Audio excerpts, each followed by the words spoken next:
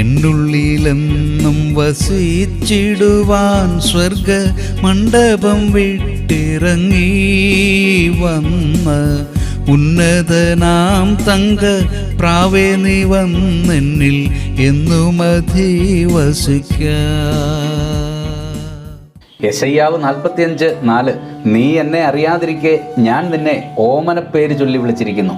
പാർസി രാജാവായ കോരശിനെ പറ്റി അദ്ദേഹത്തിൻ്റെ ജനനത്തിന് ഏകദേശം 2 നൂറ്റാണ്ടുകൾക്ക് മുൻപുള്ള ദൈവിക വാക്കുകളാണിത്. ദൈവത്തെ അറിയാതിരുന്നിട്ടും ഓമന പേര് ചൊല്ലി വിളിക്കുകയാണ്. ഈ ഭാഗം പഠിക്കുമ്പോൾ അദ്ദേഹത്തിന് നൽകപ്പെട്ട 2 ഓമന പേരുകൾ നമുക്ക് കാണാം.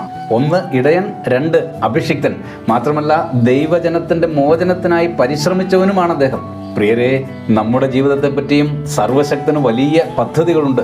അത് മനസ്സിലാക്കി ദൈവത്തിന് പ്രിയമുള്ളവരായി നമുക്ക് ജീവിക്കാം. പ്രാർത്ഥിക്കാം. സ്നേഹപിതാവേ, ഞങ്ങളെക്കുറിച്ചുള്ള അങ്ങയുടെ ഉദ്ദേശങ്ങൾ മനസ്സിലാക്കി ജീവിക്കുവാൻ അടിയങ്ങളെ സഹായിക്കണമേ. അവിടുത്തെ പൊന്നോമനകളായി നിലനിൽക്കാൻ കൃപ നൽകണമേ. ക്രിസ്തുയേശുവിൻ്റെ പരിശുദ്ധ നാമത്തിൽ തന്നെ ആമേൻ.